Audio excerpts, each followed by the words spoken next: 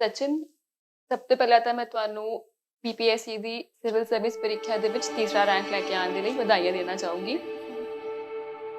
I would be lying here ਜੇ ਮੈਂ ਇਹ ਕਹਾਂ ਕਿ ਮੈਂ ਉਹਨਾਂ ਦਿਨ 'ਚ ਫਰਸਟ੍ਰੇਟ ਨਹੀਂ ਹੋਇਆ। ਡੈਫੀਨਿਟਲੀ ਬਹੁਤ ਜ਼ਿਆਦਾ ਫਰਸਟ੍ਰੇਟ ਹੋਇਆ, ਆਪਣੇ ਉੱਤੇ ਗੁੱਸਾ ਬਹੁਤ ਜ਼ਿਆਦਾ ਆਇਆ। ਚੀਜ਼ ਜੋ ਤੁਸੀਂ ਕੈਪੀਟਲਾਈਜ਼ ਕਰ ਸਕਦੇ ਹੋ, ਜਾਂ ਤੁਹਾਡੀ ਮੂਡ ਦੀ ਪੀਕ ਆ ਰਹੀ ਹੈ ਨਾ, ਤੁਹਾਨੂੰ ਪਤਾ ਪੀਕ ਤੋਂ ਬਾਅਦ ਸਲੰਪ ਆਉਣੀ ਆ, ਤਾਂ ਜੇ ਤੁਸੀਂ ਪੀਕ ਨੂੰ ਅੱਛੀ ਤਰ੍ਹਾਂ ਯੂਜ਼ ਕਰੋਗੇ ਨਾ, ਤਾਂ ਸਲੰਪ ਦਾ ਪੀਰੀਅਡ ਬਹੁਤ ਛੋਟਾ ਹੋ ਜਾਏਗਾ। ਇੱਕ ਬਹੁਤ 3-4 ਮਿਥਸ ਨੇ ਜੋ ਮਾਰਕੀਟ ਵਿੱਚ ਬਹੁਤ ਪ੍ਰੈਵਲੈਂਟ। ਕੋਚਿੰਗ ਤੋਂ ਜ਼ਿਆਦਾ ਜਦ ਤੱਕ ਤੁਸੀਂ ਆਪ ਆਪਣੀ ਸਟੈਂਡਰਡ ਬੁੱਕਸ ਦੇ ਨਾਲ ਟਾਈਮ ਸਪੈਂਡ ਨਹੀਂ ਕਰਦੇ ਹੈਗੇ, ਯੂ ਕੈਨੋਟ ਗੈਟ ਰਿਜ਼ਲਟਸ। ਸਿੱਧੀ ਜੀ ਗੱਲ ਇਹ ਹੈ। ਠੀਕ ਹੈ, ਉਹ ਜਿਵੇਂ UPSC ਐਸਪੀਰੈਂਟ ਸੀਰੀਜ਼ ਵਿੱਚ ਦਿਖਾਇਆ ਹੋਇਆ ਕਿ ਉਹ 10x10 ਦੇ ਬੈਰਕਸ ਵਿੱਚ ਓਲਡ ਰਜਿੰਦਰ ਨਗਰ ਸਾਰੇ ਡੱਕੇ ਹੋਏ ਨੇ ਤੇ ਉੱਥੇ ਤਿਆਰੀ ਕਰ ਰਹੇ ਨੇ। ਐਦਾਂ ਦੀ ਗੱਲ ਨਹੀਂ ਹੈ। ਐਦਾਂ ਕਰਕੇ ਨਾ ਮੈਂ ਸਾਲ ਦੀਆਂ ਜਿਹੜੀ 25 to 30 ਜਿਹਨਾਂ ਨੂੰ ਕਹਿੰਦੇ ਆਪਾਂ ਹੌਟ ਥੀਮਸ ਹਰ ਪੇਪਰ ਦੀਆਂ ਤਿਆਰ ਕਰ ਰਹੇ ਹਾਂ। GS 1 2 3 4 ਆਪਣੇ ਵਿੱਚ ਪ੍ਰੋਬਲਮ ਮੈਂ ਤੁਹਾਨੂੰ ਦੱਸਦਾ, ਸਾਰੇ ਐਸਪੀਰੈਂਟਸ ਇੰਕਲੂਡਿੰਗ ਮਾਈਸੈਲਫ, ਮੇਰਾ ਪ੍ਰੀਲਿਮਸ ਇਸ ਵਾਰ ਸਿਰਫ 0.5 ਮਾਰਕਸ ਤੋਂ ਕਲੀਅਰ ਹੋਇਆ, ਤੇ ਸ਼ਾਇਦ ਜੇ ਮੇਰਾ ਪ੍ਰੀਲਿਮਸ ਨਾ ਕਲੀਅਰ ਹੋਇਆ ਹੁੰਦਾ ਤਾਂ ਮੈਂ ਉਰੇ ਤੁਹਾਡੇ ਸਾਹਮਣੇ ਨਾ ਬੈਠਿਆ ਹੁੰਦਾ। ਜਿਹੜੀ ਮੋਟੀਵੇਸ਼ਨ ਆ ਉਹ ਇੱਕ ਬੈਟਰੀ ਦੀ ਤਰ੍ਹਾਂ ਹੈਗੀ। ਹੌਸਲਾ ਨਾ ਛੱਡੋ। ਯਾਦ ਰੱਖੋ, each and every one of you can be a bureaucrat. There are few relatives ਜਿਨ੍ਹਾਂ ਨੂੰ ਪੋਕ ਕਰਨ ਦੀ ਆਦਤ ਹੁੰਦੀ ਹੈ, ਜਿਨ੍ਹਾਂ ਦਾ ਓਨਲੀ ਪਰਪਸ ਹੁੰਦਾ ਹੈਗਾ ਕਿ ਤੁਹਾਨੂੰ ਇਹ ਕਹਿਣਾ ਕਿ ਕੁਛ ਹੋਰ ਕਰ ਲਓ, ਕੁਛ ਹੋਰ ਕਰ ਲਓ। ਮੇਰੇ ਫੈਮਿਲੀ ਨੇ ਮੈਨੂੰ ਹਮੇਸ਼ਾ ਉਹਨਾਂ ਤੋਂ ਸ਼ੀਲਡ ਕਰਕੇ ਰੱਖਿਆ।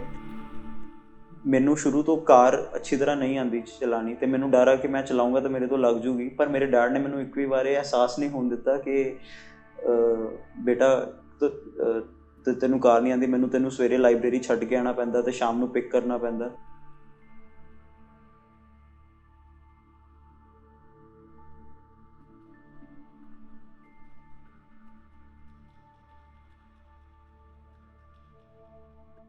ਸਚਿਨ, ਸਭ ਤੋਂ ਪਹਿਲਾਂ ਤਾਂ ਮੈਂ ਤੁਹਾਨੂੰ ਪੀਪੀਐਸਸੀ ਦੀ ਸਿਵਲ ਸਰਵਿਸ ਪ੍ਰੀਖਿਆ ਦੇ ਵਿੱਚ ਤੀਸਰਾ ਰੈਂਕ ਲੈ ਕੇ ਆਉਣ ਦੇ ਲਈ ਵਧਾਈਆਂ ਦੇਣਾ ਚਾਹੂੰਗੀ। Thank you so much ma'am. ਤੇ ਸਾਰੇ ਜਿਹੜੇ ਸਾਡੇ ਐਸਪੀਰੈਂਟਸ ਨੇ ਉਹ ਇਹ ਜਾਣਨਾ ਚਾਹੁੰਦੇ ਨੇ ਕਿ ਤੁਹਾਨੂੰ ਇਸ ਸਰਵਿਸ ਵਿੱਚ, ਸਿਵਲ ਸਰਵਿਸ ਵਿੱਚ ਆਉਣ ਦੀ ਮੋਟੀਵੇਸ਼ਨ ਕਿੱਥੋਂ ਮਿਲੀ?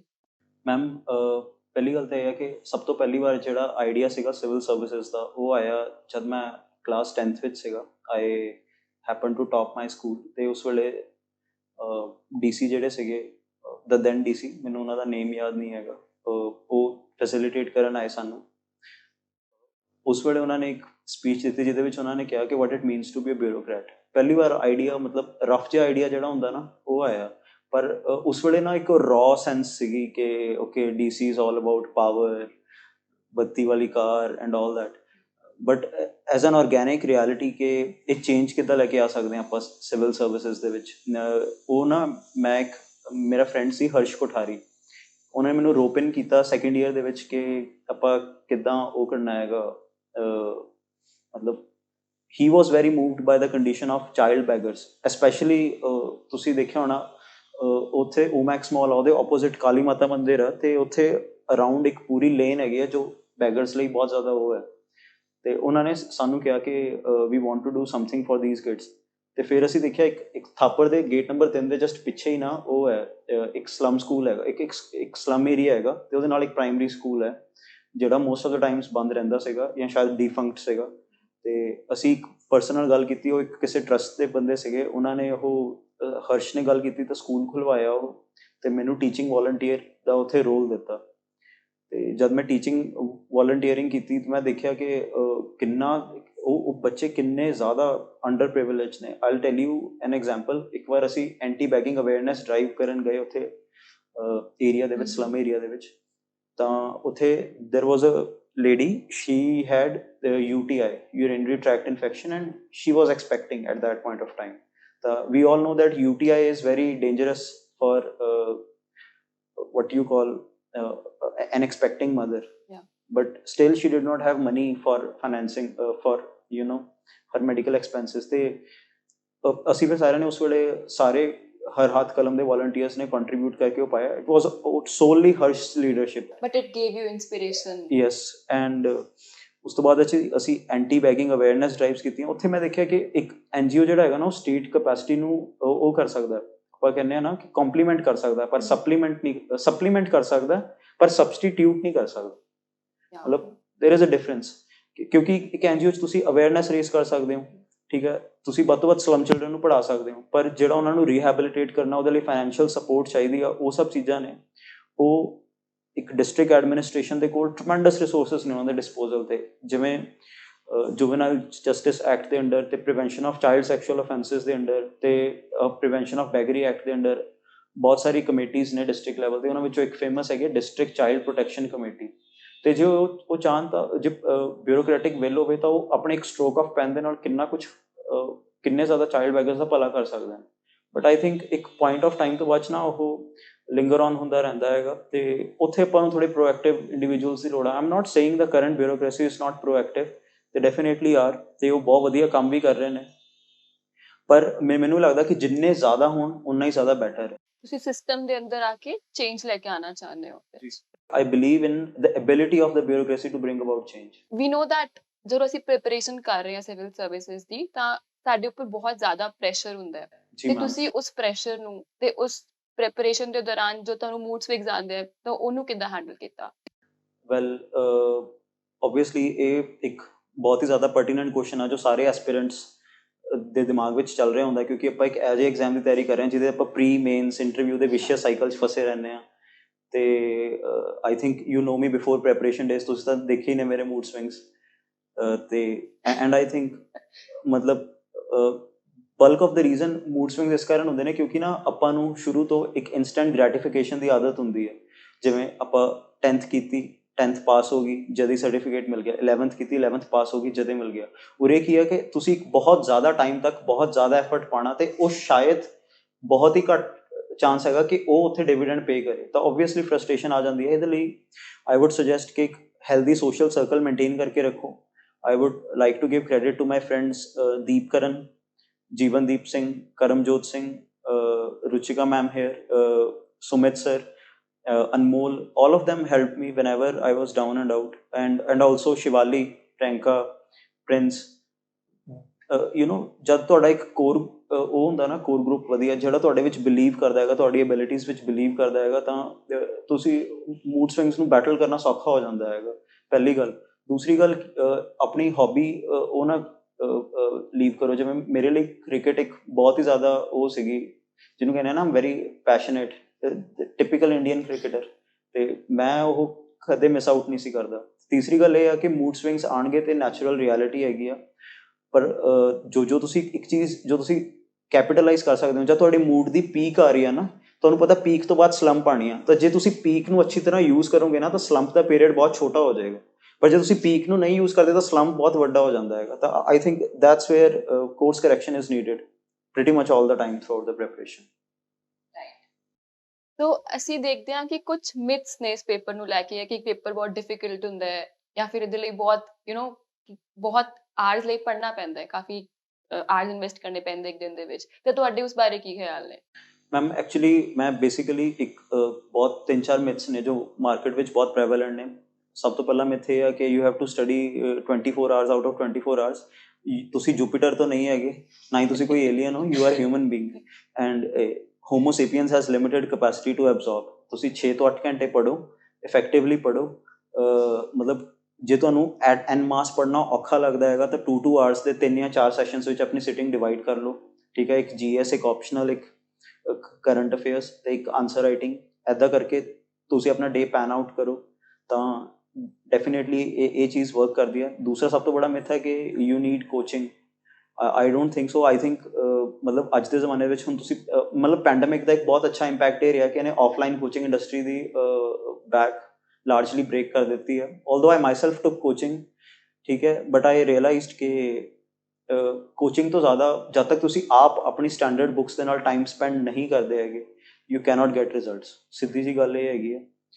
ਤੇ ਇਸ ਤੋਂ ਬਾਅਦ ਮਤਲਬ ਨੈਕਸਟ ਜੋ ਮਿਥ ਇਹ ਹੈਗਾ ਕਿ ਆਲ UPSC ਐਸਪੀਰੈਂਟਸ ਪ੍ਰੀਪੇਅਰ ਇਨ ਆਈਸੋਲੇਸ਼ਨ, ਠੀਕ ਹੈ। ਉਹ ਜਿਵੇਂ UPSC ਐਸਪੀਰੈਂਟ ਸੀਰੀਜ਼ ਵਿੱਚ ਦਿਖਾਇਆ ਹੋਇਆ ਕਿ ਉਹ 10x10 ਦੇ ਬੈਰਕਸ ਵਿੱਚ ਓਲਡ ਰਜਿੰਦਰ ਨਗਰ ਸਾਰੇ ਡੱਕੇ ਹੋਏ ਨੇ ਤੇ ਉੱਥੇ ਤਿਆਰੀ ਕਰ ਰਹੇ ਨੇ। ਇੱਦਾਂ ਦੀ ਗੱਲ ਨਹੀਂ ਹੈਗੀ। ਇੱਕ ਹੈਲਦੀ ਸੋਸ਼ਲ ਸਰਕਲ ਮੇਨਟੇਨ ਕਰਨਾ ਬਹੁਤ ਜ਼ਿਆਦਾ ਜ਼ਰੂਰੀ ਹੈ। ਤੁਸੀਂ ਹਿਊਮਨ ਬੀਇੰਗ ਪਹਿਲਾਂ ਹੋ, UPSC ਐਸਪੀਰੈਂਟ ਬਾਅਦ ਵਿੱਚ।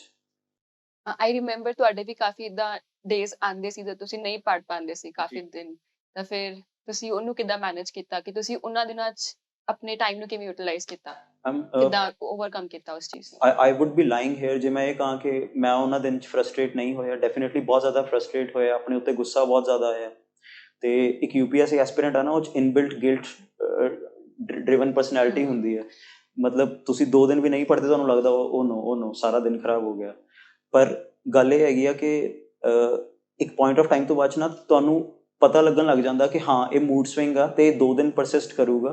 ਅਤੇ ਹੁਣ ਮੈਂ ਇਹਦੇ ਬਾਰੇ ਕੁਛ ਜ਼ਿਆਦਾ ਕੁਛ ਨਹੀਂ ਕਰ ਸਕਦਾ। The best I can do is ਜੋ ਮੇਰਾ ਮਿਨੀਮਮ ਟਾਸਕ ਹੈਗਾ ਨਾ ਮੈਂ ਬਸ ਉਹ ਕਰ ਲਾਂ। ਮੈਂ ਜਿਸ ਦਿਨ ਤੁਹਾਡੇ ਲੋ ਡੇਜ਼ ਹੈਗੇ ਨੇ ਨਾ, ਜਿਸ ਦਿਨ ਤੁਹਾਨੂੰ ਪਤਾ ਕਿ ਅੱਜ ਪੜ੍ਹਨ ਦਾ ਮਨ ਨਹੀਂ ਆ, ਉਸ ਦਿਨ ਤੁਸੀਂ ਲੌਫਟੀ ਟਾਰਗੇਟਸ ਹੀ ਨਾ ਰੱਖੋ। ਜਦ ਆਪਾਂ ਲੌਫਟੀ ਟਾਰਗੇਟਸ ਰੱਖ ਲੈਂਦੇ ਹਾਂ ਨਾ ਆਪਣੇ ਲੋ ਡੇਜ਼ 'ਤੇ ਵੀ ਹਾਈ ਡੇਜ਼ 'ਤੇ ਵੀ, ਇਸ ਲਈ ਕਹਿੰਦੇ ਨੇ ਨਾ ਕਿ planning is indispensable but plans are useless. ਕਿਉਂਕਿ ਤੁਸੀਂ ਪਲੈਨਿੰਗ ਕਰਦੇ ਹੋ ਇਹ ਸੋਚ ਕੇ, ਜਦ ਤੁਸੀਂ ਆਪਣਾ ਟਾਈਮ ਟੇਬਲ ਬਣਾਉਂਦੇ ਹੋ ਕਿ ਮੈਂ ਡੇਲੀ 8 ਘੰਟੇ ਪੜ੍ਹੂੰਗਾ, 10 ਘੰਟੇ ਪੜ੍ਹੂੰਗਾ, ਪਰ ਜਦ ਤੁਸੀਂ ਐਕਚੁਅਲ ਪ੍ਰੈਪਰੇਸ਼ਨ ਮੋਡ ਵਿੱਚ ਜਾਂਦੇ ਹੋ ਹਰ 5-6 ਦਿਨ ਬਾਅਦ ਇੱਕ ਸਲੰਪ ਆ ਜਾਂਦਾ ਹੈਗਾ।